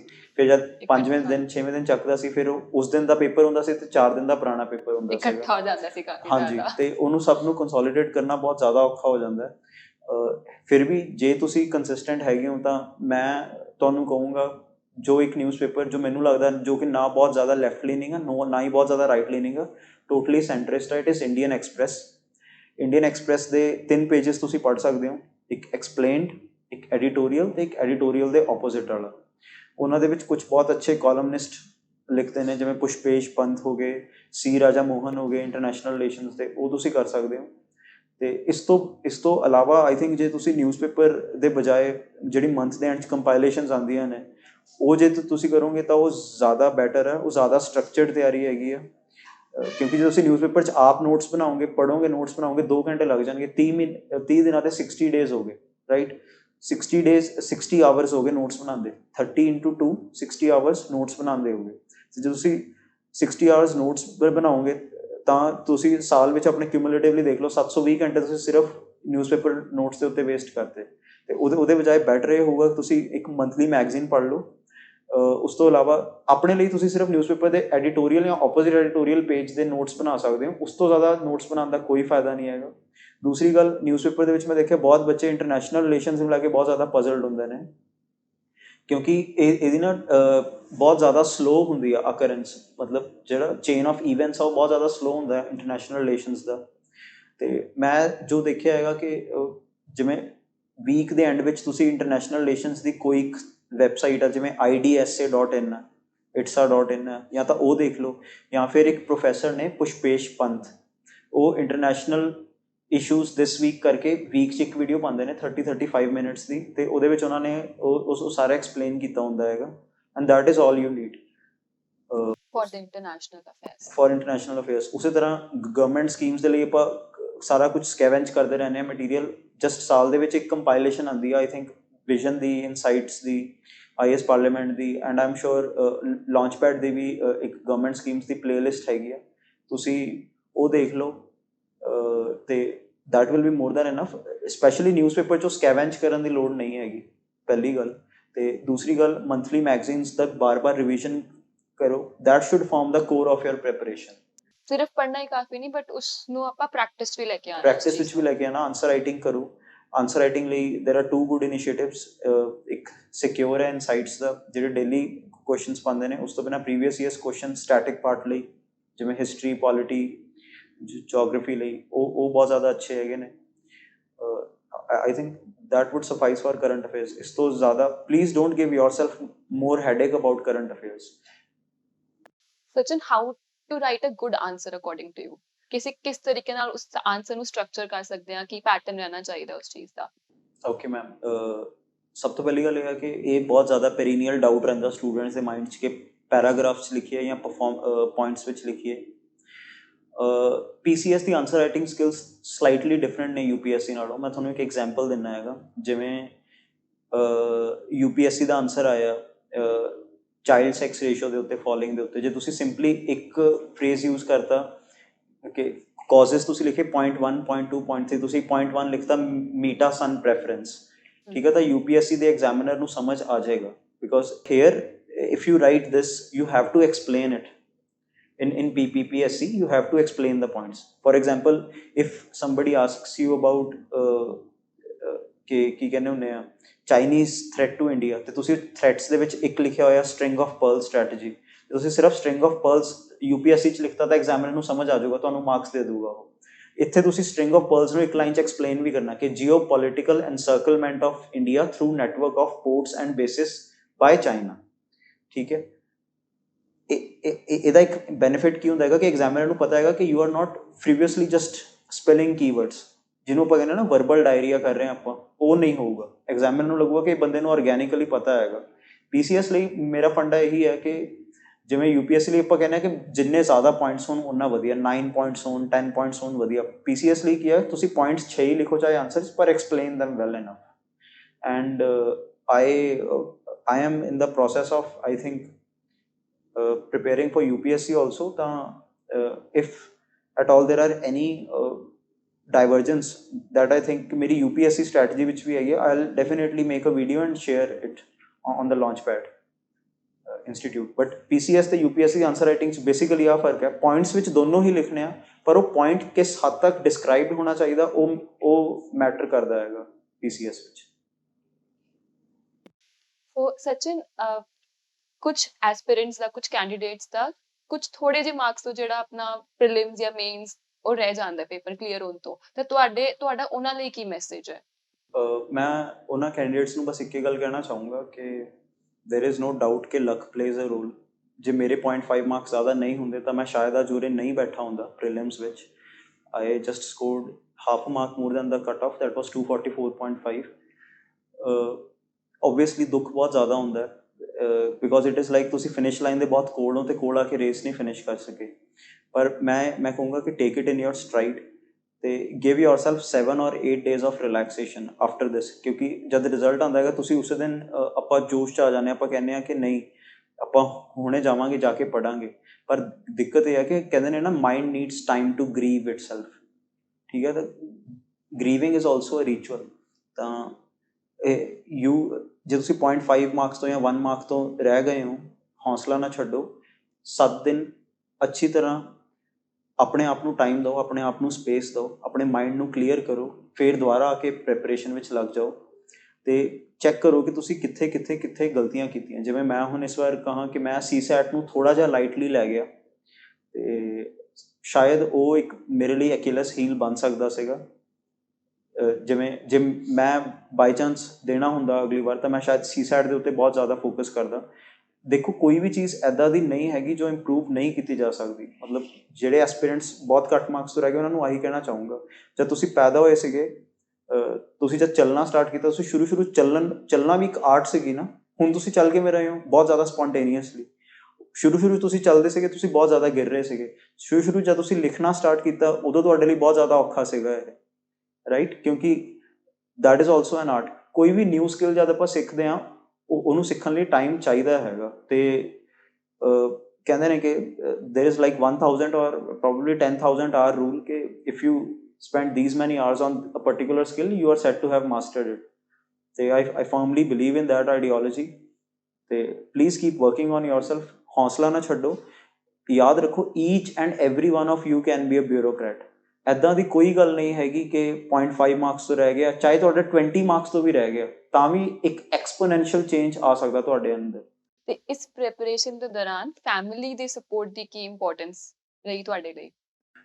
ਮੈਂ ਜਿਵੇਂ ਤੁਸੀਂ ਦੇਖਿਆ ਹੋਣਾ, ਮੈਂ ਦ ਟ੍ਰਿਬਿਊਨ ਦੇ ਵਿੱਚ ਵੀ ਕਿਹਾ ਕਿ ਮੈਨੂੰ ਸ਼ੁਰੂ ਤੋਂ ਕਾਰ ਅੱਛੀ ਤਰ੍ਹਾਂ ਨਹੀਂ ਆਉਂਦੀ ਚਲਾਉਣੀ, ਤੇ ਮੈਨੂੰ ਡਰ ਆ ਕਿ ਮੈਂ ਚਲਾਊਂਗਾ ਤਾਂ ਮੇਰੇ ਤੋਂ ਲੱਗ ਜੂਗੀ। ਪਰ ਮੇਰੇ ਡੈਡ ਨੇ ਮੈਨੂੰ ਇੱਕ ਵੀ ਵਾਰ ਇਹ ਅਹਿਸਾਸ ਨਹੀਂ ਹੋਣ ਦਿੱਤਾ ਕਿ ਬੇਟਾ ਤੈਨੂੰ ਕਾਰ ਨਹੀਂ ਆਉਂਦੀ, ਤੈਨੂੰ ਸਵੇਰੇ ਲਾਇਬ੍ਰੇਰੀ ਛੱਡ ਕੇ ਆਉਣਾ ਪੈਂਦਾ ਤੇ ਸ਼ਾਮ ਨੂੰ ਪਿਕ ਕਰਨਾ ਪੈਂਦਾ। ਹੀ ਆਲਵੇਜ਼ ਸੈਡ ਕਿ ਤੇਰਾ ਪੜ੍ਹਨ ਦਾ ਮਨ ਹੈ, ਤੂੰ ਪੜ੍ਹ। ਤੇ ਆਈ ਥਿੰਕ ਬਹੁਤ ਜ਼ਿਆਦਾ ਕਰੂਸ਼ੀਅਲ ਸਪੋਰਟ ਸੀਗੀ। ਤੇ ਦੂਸਰੀ ਸਭ ਤੋਂ ਜ਼ਿਆਦਾ ਆਈ ਥਿੰਕ ਸਪੋਰਟ ਮੇਰੇ ਲਈ, ਮਤਲਬ ਜੋ ਮੈਨੂੰ ਲੱਗਦਾ ਕਿ ਇੱਕ ਮੂਮੈਂਟ ਜੋ ਮੇਰੇ ਲਈ ਸਟੈਂਡ ਆਊਟ ਕਰਦੀ ਆ, ਜਦ ਮੈਂ ਦਿੱਲੀ ਤੋਂ ਵਾਪਸ ਆਇਆ, ਔਰ ਮਾਈ ਗ੍ਰੈਂਡਮਾ ਹੈਡ ਪਾਸਡ ਅਵੇ, ਤੇ ਆਈ ਹੈਡਨਟ ਕਲੀਅਰਡ UPSC। ਤੇ ਮੈਂ ਬਹੁਤ ਜ਼ਿਆਦਾ, ਇੱਕ ਕਹਿੰਦੇ ਨੇ ਨਾ ਆਪਾਂ, ਇੰਟੈਲੈਕਚੁਅਲ ਤੇ ਮੈਂਟਲ ਡਿਪਲੀਸ਼ਨ ਆ ਜਾਂਦੀ ਹੈ ਆਪਣੇ ਮਨ ਦੇ ਵਿੱਚ। ਤੇ ਉਸ ਪੁਆਇੰਟ ਆਫ ਟਾਈਮ ਤੇ ਮੈਨੂੰ ਲੱਗਿਆ ਕਿ ਸ਼ਾਇਦ ਮੈਂ ਇਸ ਦੇ ਲਈ ਬਣਿਆ ਹੀ ਨਹੀਂ ਹੈਗਾ। ਮੇਰੇ 'ਚ ਟੈਂਪਰਾਮੈਂਟ ਹੀ ਨਹੀਂ ਹੈਗੇ, ਮੇਰੇ ਮੂਡ ਸਵਿੰਗਸ ਬਹੁਤ ਜ਼ਿਆਦਾ ਹੁੰਦੇ ਸੀਗੇ, ਮੈਂ ਕੰਸਿਸਟੈਂਟਲੀ ਪੜ੍ਹ ਨਹੀਂ ਪਾ ਰਿਹਾ ਸੀਗਾ। ਤੇ ਉਸ ਵੇਲੇ ਫੈਮਿਲੀ ਨੇ ਬਹੁਤ ਜ਼ਿਆਦਾ ਸਪੋਰਟ ਕੀਤੀ। ਸ਼ਾਇਦ ਜੇ ਉਹ ਉਸ ਵੇਲੇ ਨਾ ਸਪੋਰਟ ਕਰਦੇ, ਉਹ ਵੀ ਉਸ ਵੇਲੇ ਕਹਿ ਦਿੰਦੇ ਕਿ ਨਹੀਂ, ਤੂੰ ਕੁਛ ਹੋਰ ਕਰ ਲਾ, ਤੂੰ ਕੁਛ ਹੋਰ ਕਰ ਲਾ, ਮਤਲਬ ਮੈਨੂੰ ਲੱਗਦਾ ਕਿ ਇੱਕ ਆਈ ਐਮ ਸੌਰੀ ਜੇ ਕੋਈ ਰਿਲੇਟਿਵ ਇਹ ਦੇਖ ਰਿਹਾ, ਪਰ ਕਹਿੰਦੇ ਨੇ ਨਾ ਕਿ ਦੇਰ ਆਰ ਫਿਊ ਰਿਲੇਟਿਵਸ ਜਿਨ੍ਹਾਂ ਨੂੰ ਪੋਕ ਕਰਨ ਦੀ ਆਦਤ ਹੁੰਦੀ ਹੈ, ਜਿਨ੍ਹਾਂ ਦਾ ਓਨਲੀ ਪਰਪਸ ਹੁੰਦਾ ਹੈਗਾ ਕਿ ਤੁਹਾਨੂੰ ਇਹ ਕਹਿਣਾ ਕਿ ਕੁਛ ਹੋਰ ਕਰ ਲਓ, ਕੁਛ ਹੋਰ ਕਰ ਲਓ। ਮੇਰੇ ਫੈਮਿਲੀ ਨੇ ਮੈਨੂੰ ਹਮੇਸ਼ਾ ਉਹਨਾਂ ਤੋਂ ਸ਼ੀਲਡ ਕਰਕੇ ਰੱਖਿਆ। ਕਿਸੇ ਤਰ੍ਹਾਂ ਦਾ ਮੈਰਿਟਲ ਪ੍ਰੈਸ਼ਰ, ਰਿਲੇਟਿਵ ਪ੍ਰੈਸ਼ਰ ਜਾਂ ਪੀਅਰ ਪ੍ਰੈਸ਼ਰ ਦੇ ਵਿੱਚ ਨਹੀਂ ਆਉਣ ਦਿੱਤਾ। ਤੇ ਹਮੇਸ਼ਾ ਕਿਹਾ ਕਿ ਬੇਟਾ, ਜੋ ਤੁਸੀਂ ਕਰਨਾ ਚਾਹੁੰਦੇ ਹੋ ਕਰੋ। ਇਨਫੈਕਟ ਜਦ ਮੇਰਾ ਪਲੇਸਮੈਂਟ ਆਈ, ਤੇ 15 lakhs as you know is a big money for middle class people like us, ਠੀਕ ਹੈ। And I was placed in a good company, Trident. ਤੇ ਐਂਡ ਆਈ ਟੋਲਡ them ਕਿ ਮੈਂ ਉਹ NGO ਦੇ ਐਕਸਪੀਰੀਅੰਸ ਤੋਂ ਬਾਅਦ ਮੈਂ ਰੈਕਗਨਾਈਜ਼ ਕੀਤਾ ਹੈਗਾ ਕਿ ਪ੍ਰਾਈਵੇਟ ਸੈਕਟਰ ਵਿੱਚ ਜਾਊਂਗਾ ਤਾਂ ਕਦੇ ਮਨ ਖੁਸ਼ ਨਹੀਂ ਰਹਿ ਪਾਊਗਾ, ਉਹ ਸੈਂਸ ਆਫ ਅਕੰਪਲਿਸ਼ਮੈਂਟ ਨਹੀਂ ਮਿਲੂਗੀ। ਤਾਂ ਉਹ ਕਹਿੰਦੇ ਕਿ ਬੇਟਾ ਕੋਈ ਗੱਲ ਨਹੀਂ, if this is what you want to do, go ahead. And they sent me to Delhi for coaching. And then I got disillusioned with the coaching, as I have already told you, ਕਿ ਮਤਲਬ so I came back, and that's when my family supported me a lot. All in all, ਮਤਲਬ ਸਾਰੇ। ਤੇ ਮੈਂ special mention ਕਰਨਾ ਚਾਹੂੰਗਾ ਆਪਣੇ 4 siblings ਦਾ, Sanjana, Priya, rhythm ਤੇ ਅਭਿਸ਼ੇਕ ਦਾ, ਕਿਉਂਕਿ ਉਹ ਹਮੇਸ਼ਾ ਘਰੇ ਜੋਵੀਅਲ ਜਿਹਾ ਮਾਹੌਲ ਬਣਾ ਕੇ ਰੱਖਦੇ ਸੀ, ਖੱਪ ਪਾ ਕੇ ਰੱਖਦੇ ਸੀ, ਜਿਹਨੂੰ ਆਪਾਂ ਪੰਜਾਬੀ 'ਚ ਕਹਿੰਦੇ ਹਾਂ। ਤੇ ਕਦੇ ਅਹਿਸਾਸ ਨਹੀਂ ਹੁੰਦਾ ਤਾਂ ਮੈਨੂੰ ਕਿ ਮੈਂ ਇੰਨੇ ਬੜੇ ਐਗਜ਼ਾਮ ਦੀ ਤਿਆਰੀ ਕਰ ਰਿਹਾ। ਮੈਨੂੰ ਹਮੇਸ਼ਾ ਘਰੇ ਇੱਦਾਂ ਲੱਗਦਾ ਸੀਗਾ ਕਿ ਬਹੁਤ ਫਨ ਜਿਹਾ ਟਾਈਮ ਹੈਗਾ, ਕ੍ਰਿਕਟ ਖੇਡ ਲੈਣਾ ਸ਼ਾਮ ਨੂੰ, ਬੱਚਿਆਂ ਦੇ ਨਾਲ ਹਫਤੇ 'ਚ ਇੱਕ ਵਾਰ ਮੂਵੀ ਦੇਖ ਲੈਣੀ। ਤਾਂ ਉਹ ਬਹੁਤ ਜ਼ਿਆਦਾ ਇੱਕ ਕੀ ਕਹਿੰਦੇ ਨੇ, ਰਿਫਰੈਸ਼ਿੰਗ ਐਕਸਪੀਰੀਅੰਸ ਸੀਗਾ ਮੇਰੇ ਲਈ। ਇੱਕ ਲਾਈਫ ਦੇ ਪਾਰਟ ਦੇ ਵਾਂਗ ਟ੍ਰੀਟ ਕਰਨਾ ਇਸ ਐਗਜ਼ਾਮ ਨੂੰ। ਹਾਂਜੀ, ਬਿਲਕੁਲ। UPSC or PCS is not life. It is just a part of life, and part of a phase of life, right? After you cross 30, you will not be in the UPSC race, whether you get selected or not.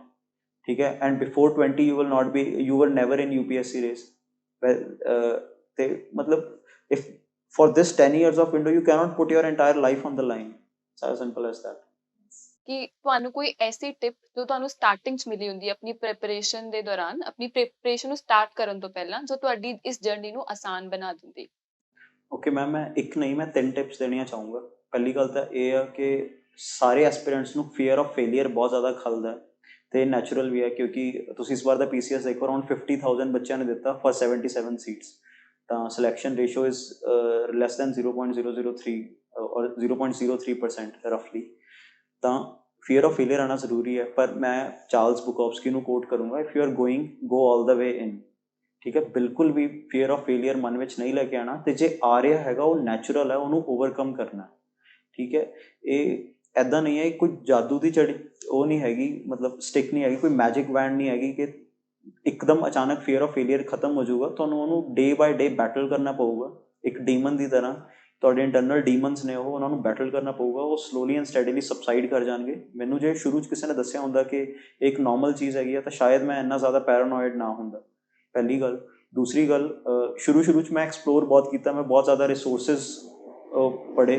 ਜੇ ਮੈਨੂੰ ਸ਼ੁਰੂ 'ਚ ਕਿਸੇ ਨੇ ਕਿਹਾ ਹੁੰਦਾ ਕਿ minimum resources maximum revision ਦੇ ਫਾਰਮੂਲਾ 'ਤੇ ਸਟਿਕ ਕਰੋ, ਤਾਂ ਸ਼ਾਇਦ ਬੈਟਰ ਚੀਜ਼ ਹੁੰਦੀ। ਅਤੇ ਤੀਸਰੀ ਅਤੇ ਲਾਸਟ ਟਿਪ ਜੋ ਮੈਂ ਕਹਿਣਾ ਚਾਹੂੰਗਾ, ਜੇ ਮੈਨੂੰ ਕਿਸੇ ਨੇ ਦਿੱਤੀ ਹੁੰਦੀ, ਸ਼ੁਰੂ 'ਚ ਨਾ ਮੈਂ ਆਨਸਰਸ ਦੀ ਕੁਆਲਿਟੀ ਦੇ ਪਿੱਛੇ ਬਹੁਤ ਜ਼ਿਆਦਾ ਭੱਜਦਾ ਸੀ। ਜੇ ਮੈਨੂੰ ਉਸ ਵੇਲੇ ਕਿਸੇ ਨੇ ਕਿਹਾ ਹੁੰਦਾ ਕਿ ਬੇਟਾ ਪੇਪਰ ਕੰਪਲੀਟ ਕਰਨਾ ਫਸਟ ਟਾਸਕ ਹੈ, ਜੇ ਤੁਸੀਂ ਪੇਪਰ ਹੀ ਨਹੀਂ ਪੂਰਾ ਕਰ ਰਹੇ, ਤੁਸੀਂ ਰੇਸ ਤੋਂ ਆਟੋਮੈਟਿਕਲੀ ਬਾਹਰ ਹੋ ਗਏ, ਤਾਂ ਸ਼ਾਇਦ I think my journey would have shortened by 1 or 2 years। ਅਤੇ this would be my tip ਕਿ ਪਲੀਜ਼ ਪਹਿਲਾਂ ਪੇਪਰ ਪੂਰਾ ਕਰੋ, ਅਤੇ ਪੇਪਰ ਪੂਰਾ ਜਦ ਕਰਨਾ ਤੁਸੀਂ ਸਿੱਖ ਗਏ, ਬਾਏ ਐਂਡ ਬਾਏ ਕੁਆਲਿਟੀ ਆਪਣੇ ਆਪ ਆ ਜਾਏਗੀ। ਪਹਿਲਾਂ ਕੁਆਲਿਟੀ ਦੇ ਪਿੱਛੇ ਨਾ ਭੱਜੋ, ਪਹਿਲਾਂ ਪੇਪਰ ਪੂਰਾ ਕਰੋ। And once again, congratulations and best wishes for your future. Thank you so much, ma'am. It has been a pleasure talking to you and the Launchpad team.